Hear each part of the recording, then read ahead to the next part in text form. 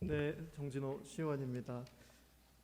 오늘 두 가지 관련해서 질문 드릴 건데요. 첫 번째는 인사청문회 관련이고 또 하나는 예산 관련 질문입니다. 먼저 인사청문회 관련해서 좀 질문을 드리겠습니다. 시장님도 잘 아시겠지만 인사청문회 조례가 본회의에서 의결된 것이 23년도 9월 8일이고요. 시행 공포된 것이 23년도 9월 22일입니다. 그런데 그 이후에 상권 활성화 재단에 관한 대표가 임용이 됐습니다. 23년 10월 25일 날 됐는데요. 사실 인사청문회 조례상으로 청문 대상이지만 청문이 진행되지 않아서 인사청문회 실시 여부에 관해서 제가 좀 질의를 드리려고 합니다. 활성화재단 대표 인사청문회 하지 않은 이유에 대해서는 여쭤보지 않겠습니다. 향후에 진행될 사안에서만 여쭤볼 건데요. 시설관리공단 이사장이 이제 도시공사로 전환된다면 도시공사 사장이 되는 거 아니겠습니까? 그래서 무엇보다도 해당 후보자의 도덕성이라든지 직무 적격성 등등이 굉장히 검증받아야 할 필요성이 그 어느 자리보다 높다고 생각됩니다. 그냥 단도직입적으로 여쭤보겠습니다. 도시공사 사장이 될 시설관리공단 이사장 인사청문회 요청서 의회에 송부하실 겁니까? 뭐 특별한 이유가 없는 한 인사청문회 할 생각입니다. 예, 요청할 생각. 특별한 이유는 무엇입니까? 사전에 이 부분에 대해서는 인사청문회의 방법, 형식, 그 절차 이런 부분들을 의회와 우리 집행부가 좀 논의가 필요하다고 생각합니다. 왜냐하면 인사청문회라고 하는 것이 그 조직을 맡을 장이 시민들의 눈높이에 맞느냐라고 하는 것을 알아보기 위한 것이 가장 중요한 목적이지만 또 하나는 그러한 방법, 절차, 형식 이런 부분들에 대해서 충분히 협의가 되지 않는 경우에 꼭 우리가 필요한 인재를 뽑는데 장애 요인이 될 수도 있다고 생각합니다. 예를 들면 우리가 흔히 얘기하는 도덕성 문제, 직무 적격성 문제 중에서 직무 적격성 문제를 논의하는 것은 저는 공개적인 질의 토론을 통해서 하는 것이 옳다고 생각하지만 도덕성 문제는 사실 문제를 제기하는 경우에 방어하는 사람은 굉장히 한계가 있습니다. 확인되지 않는 문제에 대해서 방어하지 못하는 이런 부분들이 만약에 논란이 되고 그러면 정말 저희들이 원하는 부분들 좀 뽑기 어려운 그런 한계도 있습니다. 그래서 사전에 이런 부분들을 좀 세밀하게 조율을 하고 그래서 시민 눈높이에 맞는 사람을 꼭 뽑긴 뽑아야 되겠지만 그분 그 대상자한테 과도한 부담이 되지 않도록 하는 부분들 이런 것들은 좀 조율이 꼭 필요하다고 생각합니다. 예, 어떤 의미에서 말씀하시는지 충분히 이해는 합니다. 이게 인사청문회라는 것이 어떤 정책적인 검증을 통한 장이 되어야 되지 인격 모독의 어떤 그런 장으로서 활용되면 안 된다라는 취지로 받아들이면 되겠습니까? 네네 그렇습니다. 예, 그 의미 충분히 동감을 합니다. 다만 그럼에도 불구하고 도덕성의 검증은 피할 수 없는 저도 부분이라고 꼭 필요하다고 생각합니다. 생각합니다. 아시겠지만 개발 사업의 단위 자체가 몇 천억이 넘고요. 실제로 도시공사 사장 직을 수행하다가 많은 부분 검찰 수사도 이뤄지는 경우도 굉장히 많지 않습니까? 그래서 인격 모독을 하지 않는 법인 내에서의 도덕성 검증은 반드시 필요하다라고 생각하겠습니다.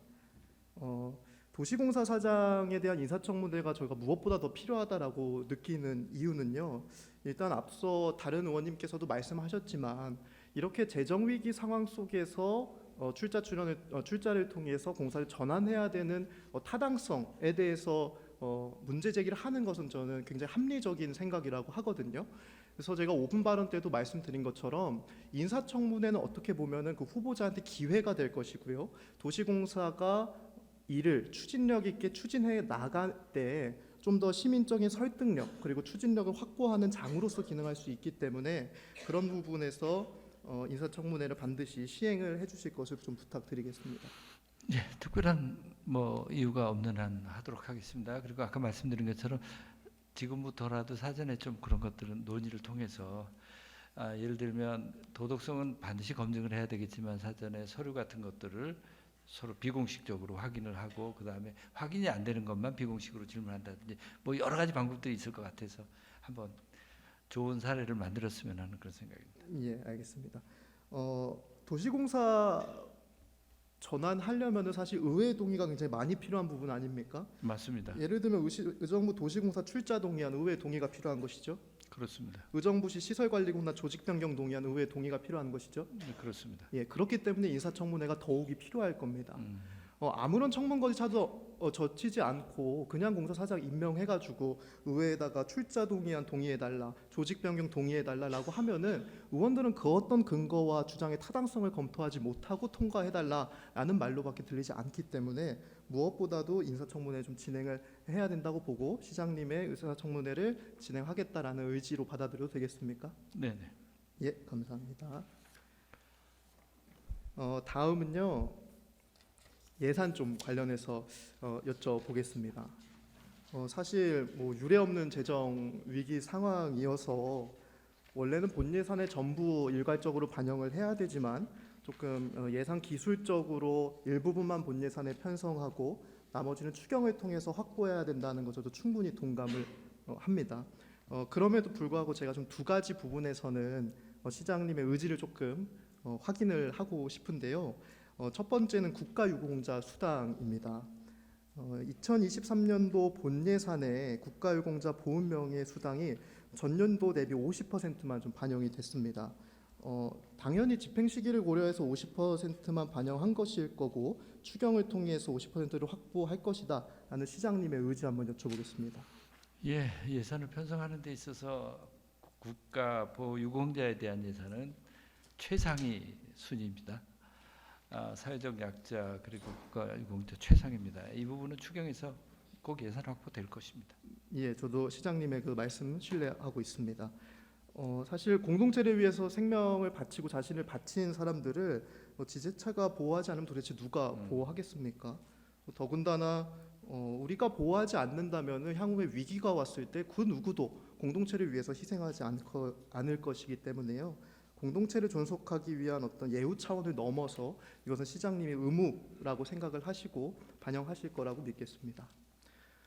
두 번째는 공무원 복지 관련, 처우 관련에 대해서 좀 여쭤보고 싶습니다. 사실 병사 없는 군대의 장수가 아무런 힘이 없듯이 공무원들의 적극적인 협조 없는 시장 또한 아무런 힘이 없을 겁니다. 그렇기에 공무원의 복지, 처우 이런 거 관련해서는 지금의 재정 위기를 극복하기 위해서는 일방적인 고통 분담에 대한 어떤 것이 아니라 공무원들이 좀 최고의 성과를 발휘할 수 있도록 하는 좀 최소한의 장치들은 유지되어야 한다고 보는데요. 아마 복지 포인트 예산이 전년도 대비 50% 일괄 삭감되어서 의회에 제출돼서 재정 위기에서 가장 최전선에 뛰고 있는 우리 공무원들의 사기가 저하되지 않을까 하는 우려가 좀 듭니다. 이것 또한 집행 시기를 고려해서 50%만 반영한 것인지, 그다음에 추경을 통해 50% 확보할 것인지 예, 좀 저도 여쭤보고 싶습니다. 의원님이랑 같은 생각이고요. 이거는 시기 고려해서 한 것이고요. 공무원들에 대해서 사기를 높이기 위해서 저희가 예산이 한 22억 정도 필요할 거라고 생각되어지는데 금방 지적해 주셨던 맞춤형 복지 포인트만 하더라도 한 17억 정도 됩니다. 이 부분은 추경을 통해서 반영을 할 생각입니다. 예, 아마 뭐 노조위원장님도 방문하시고 공무원들 사내 게시판에서도 여러 가지 논란이 있었지만 아마 시장님의 그러한 의지에 대해서 불신하는 공무원들은 저는 없을 거라고 생각합니다. 다만 이번에 예를 들면은 정부의 574호 미교부 사태 이런 것처럼 어떤 우발적인 변수, 우리가 통제할 수 없는 변수에 대한 우려 때문에 그런 의구심이 좀 더 강화되는 거라고 생각이 듭니다. 예를 들면 객관적인 지표를 통해서도 조금 걱정되는 것이 저는 일견 타당하다고 보는데요. 사실 중앙정부 세출 예산, 특히나 지방교부세의 전체적인 총량이 줄어들면은 지자체에 교부되는 금액도 어느 정도 그에 비례해서 감소되는 것 아니겠습니까? 행정안전부 세출 예산안 PPT 들어주세요. 요거 보시면 아시겠지만 작년 대비해서 약 11.3% 정도 감소가 돼서 전체적인 총량이 좀 줄었습니다. 그래서 아마 그런 의구심이 계속 강화되는 것 같은데 이거와 별개로 공무원 복지 관련해서는 잘 챙겨주실 거다라고 제가 신뢰해도 되겠습니까? 그렇습니다. 잘 아시지만 국가 세수의 약 20% 정도를 지방에서 교부세 형식으로 쓰게 됩니다. 그런데 그 2023년도에 연말쯤 돼서 가면 그런 건 아주 이례적인 일이고요. 통상은 그런 부분에 있어서 완충을 두게 마련이고요. 제가 아까 그 조세리 의원께서 질문하실 때도 답변 드렸는데 우리가 교부세를 최악의 경우를 상정을 해서 내년도 예산을 짰다는 말씀을 드렸습니다. 지금 현재 흐름으로 볼 때 저희들이 예측하기 정말 어려운 상황이 발생하지 않는다면 이런 걱정은 없으리라고 보여집니다. 이번 예산 자체가 아주 최악의 경우를 대비하는 경우에 짰기 때문에 그렇습니다. 예, 알겠습니다. 50%가 만약에 삭감 현재 50%만 올라간 거 아니겠습니까? 만약에 사실 이제 가장 최악의 상황을 가정하지 않고 논의를 할 수가 없는 상황이 된 거는 충분히 인지하실 겁니다. 왜냐하면 574억 국회에서 본회의 통과된 걸 미교부할 거라고는 누구도 상상하지 그럼요. 못했기 때문에요. 그래서 최악의 상황을 가정하고 우리가 전략을 좀 수립을 해야 될 것 같은데요. 만약에 50% 삭감이 되고 그것이 유지돼서 나머지 추경을 통해서 50%가 전부 다 확보하지 못하고 예를 들면 뭐 20-30% 정도만 확보할 수 있는 가능성에 대해서 검토를 해야 될 텐데 이 삭감이 직급에 상관없이 일괄적으로 저는 공무원들 뭐 과장, 팀장, 주무관 상관없이 일괄적인 복지 포인트의 어떤 삭감인 겁니까?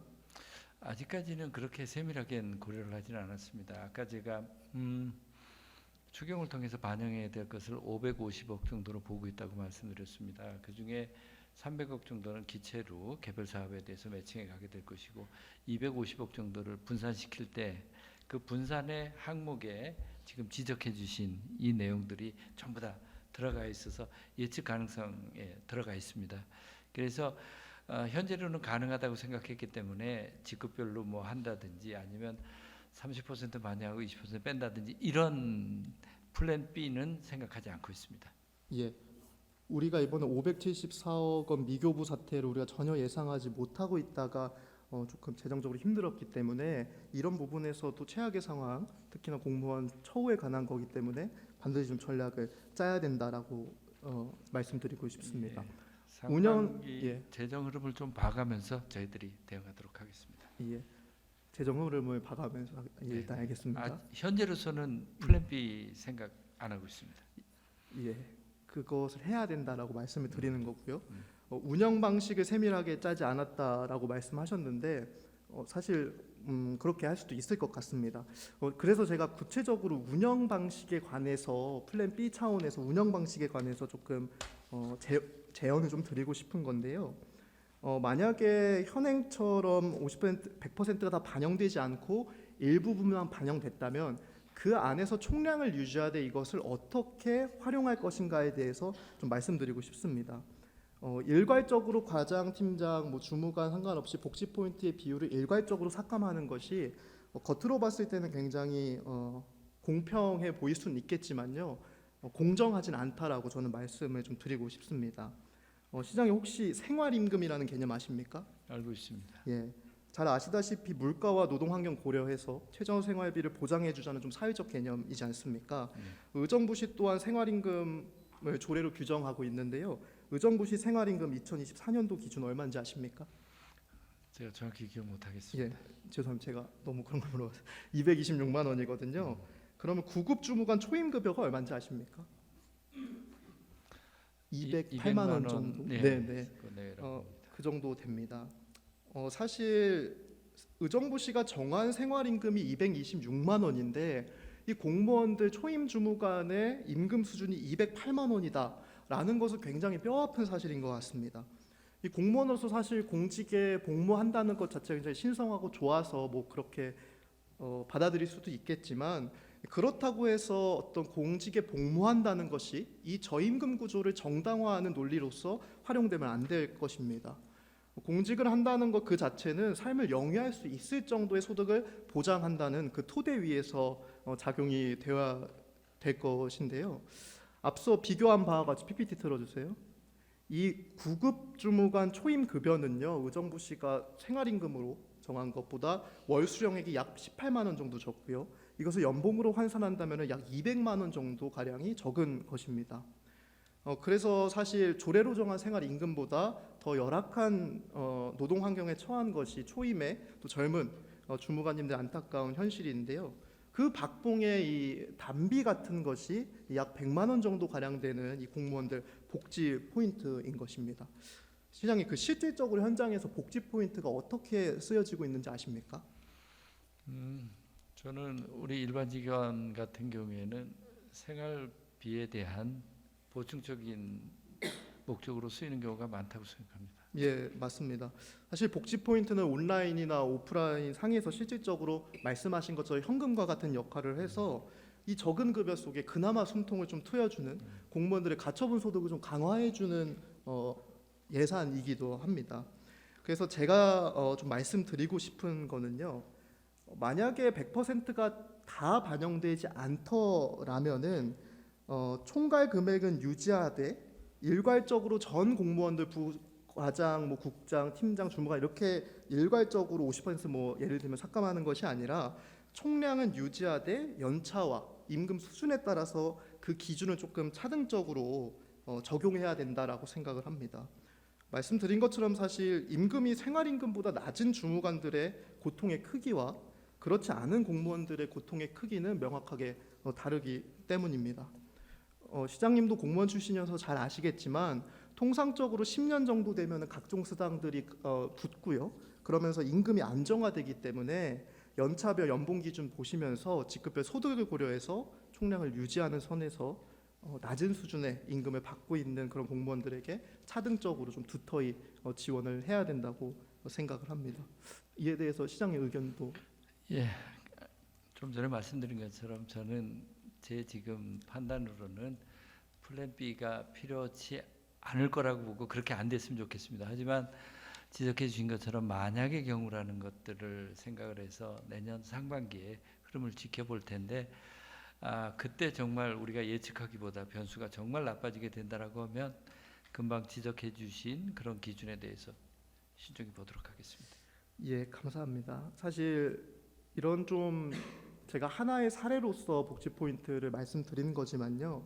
이러한 좀 유연한 방식의 재정 운용이 공무원들 복지 포인트만이 아니라 좀 그런 약한 고리에는 차등적으로 좀 더 두터이 지원하게끔 하는 재정 운용의 방향이 좀 필요할 것 같아서 제가 하나의 사례를 들어서 조금 말씀드렸습니다.